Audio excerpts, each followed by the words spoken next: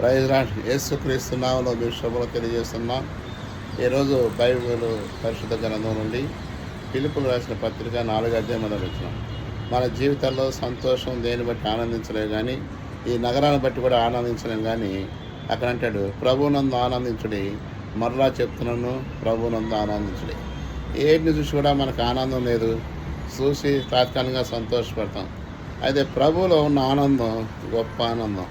ఎందుకంటే ఆయన మన పాపల నిమిత్తం ఆయన కలవరశిలలో ప్రాణం పెట్టి మనం పొందవలసిన శిక్ష అంతా ఆయన పొందాడు కనుక మనకు రావలసిన అవమానం అంతా కూడా ఆయన తీసేసుకున్నాడు.